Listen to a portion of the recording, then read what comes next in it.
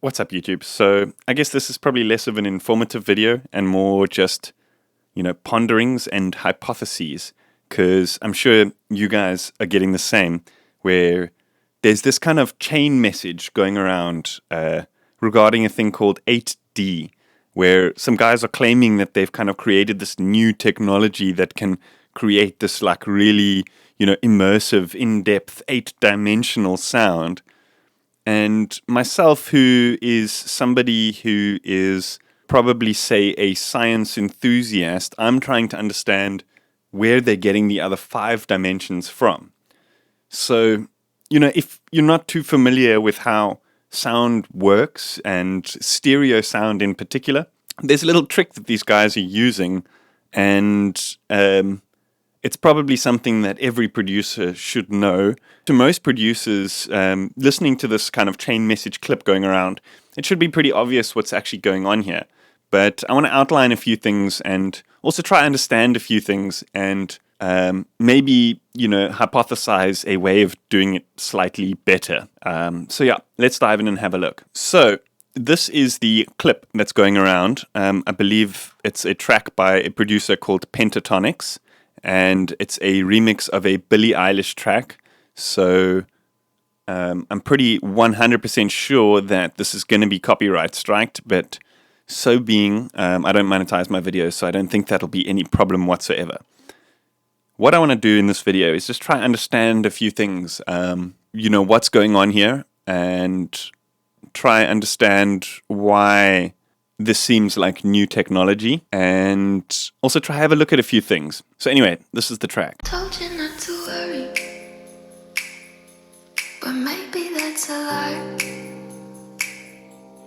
Honey, what's your hurry?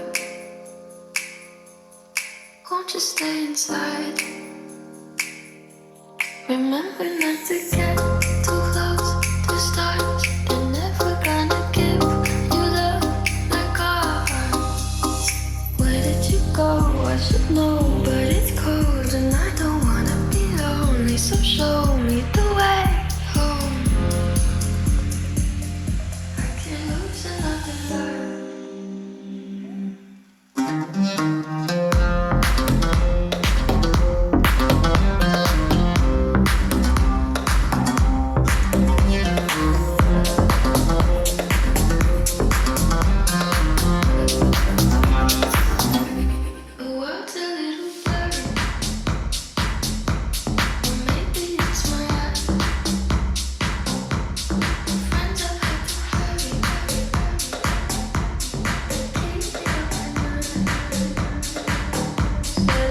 So, let's have a look at a few things. As dance music goes, I mean, it's obviously dance music. It's got that 4/4 beat. It's kind of like a housey kind of track. It's got that kind of dancey vibe to it.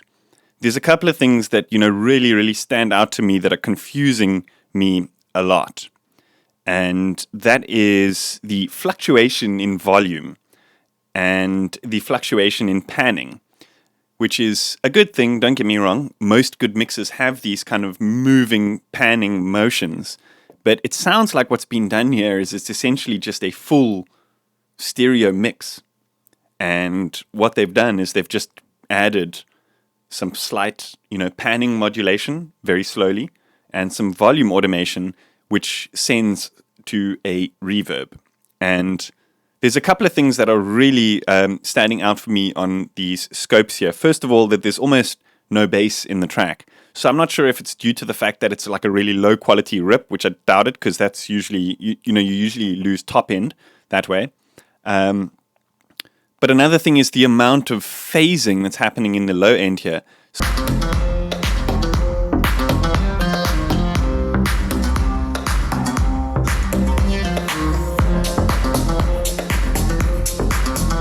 So, the way I'm seeing it is this kind of thing would be almost impossible to play on a system in a dance club or something like that, which kind of leads me to question the point of something like this.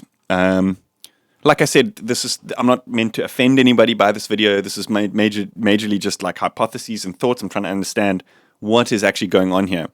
And in my mind, the kind of movement of kind of left to right and backwards and forwards is we're not even really having this fluctuation in depth, so to speak. So I'm trying to understand where these other 5 or 6 dimensions are coming from. What I want to do is hypothesize a better way of doing this kind of thing while still maintaining music that's, you know, maybe applicable to a dance track or something that's more full frequency. So, yeah, something that maybe sounds pleasant on not just headphones or something like that, but still has this kind of wide moving sound. So I've got this track. I guess this is actually less of a dance track, more of like a chill out kind of track that I've been creating throughout a series of kind of Cubase tutorials and stuff.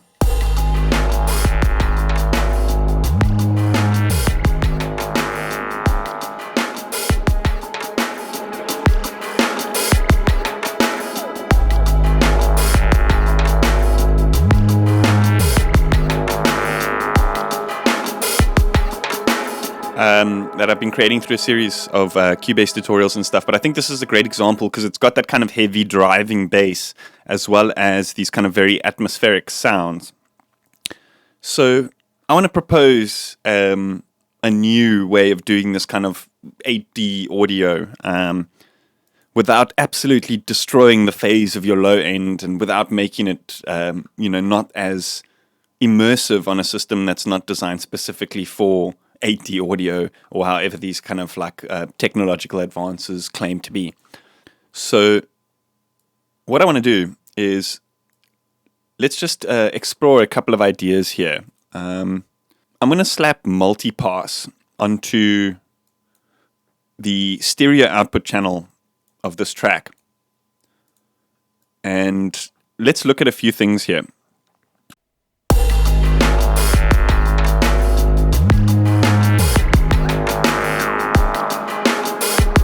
So essentially what multipass is, if you haven't been following my videos for a while, it's a multi-band effects processor that has like almost every different type of effect you could possibly ever need.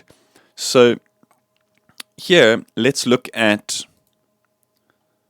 the differences here. In this example that we just heard, the traditional 8D audio or whatever it actually is, they've got this kind of slow panning motion on the stereo of the track.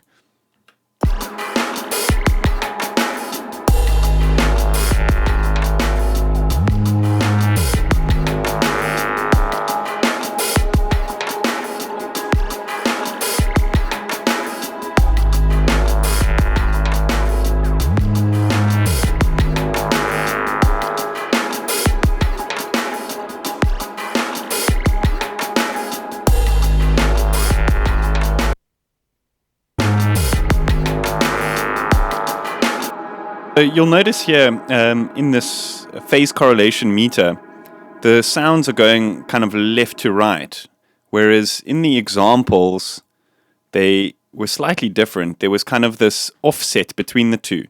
So let's just do like a 2-band. I want to turn this one off, move this here.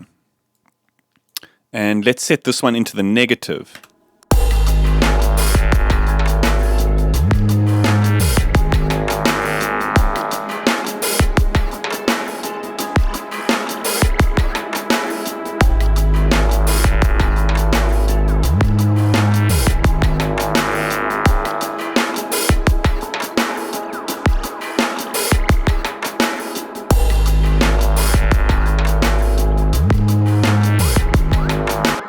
What I think would be a much more effective way of doing it is to single out the low-end frequencies and have those just kind of straight, specifically like your sub-frequencies.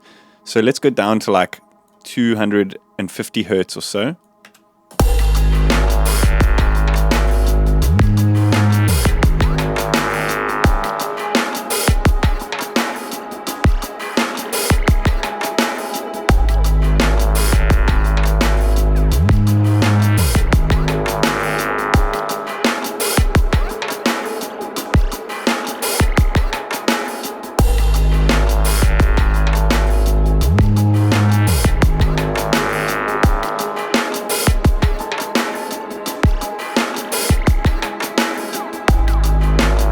a really cool trick with this stereo within kilohertz multipass is you can use this mid to kind of remove the mid channel, not the mid frequencies, but like mid channels, and then use the mix to kind of mix it in. So essentially, you have a mix between dry and just the stereo channel.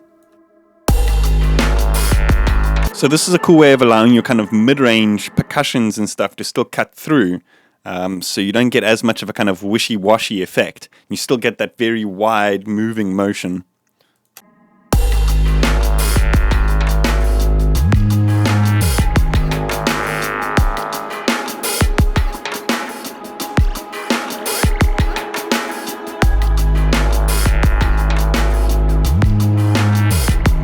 Okay, I think the panning goes a little bit drastic there. Can maybe mix in a little bit of it here.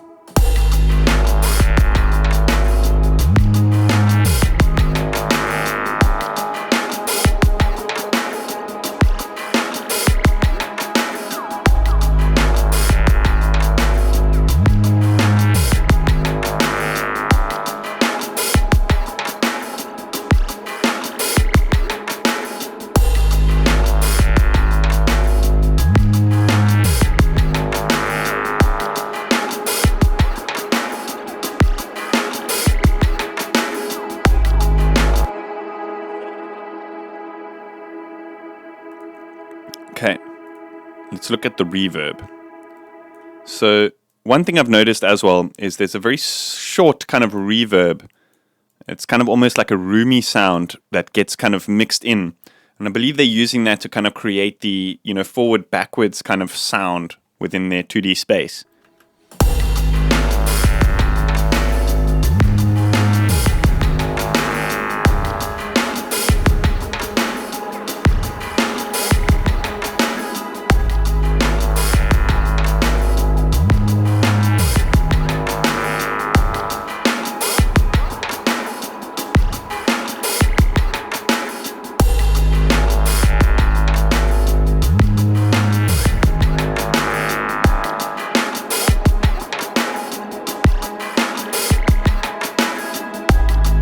So what I want to do here is, once we've kind of got the sound of the reverb, like the size correct, I want to take it off the post effects and drop it onto the mid and high frequency channels. And here we can adjust the mix of each. So essentially we don't have any low frequencies going to the reverb to create those kind of like issues, phasing issues and stuff with the subs. But then we've also got individual control over the amount of reverb, for example, in the high frequencies and in the mid frequencies.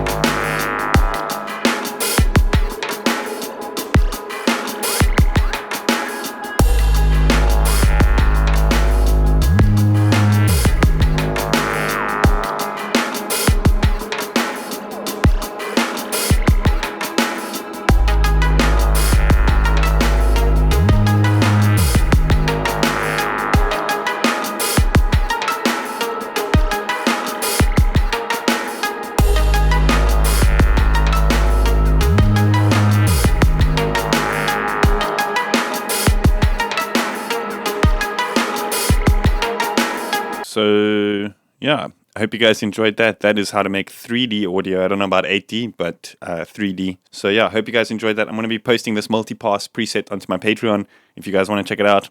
If you want to know what that's all about, check out the link that's going to be in the description or somewhere on the screen right now. Hit that like button, hit that subscribe button. See you guys next time.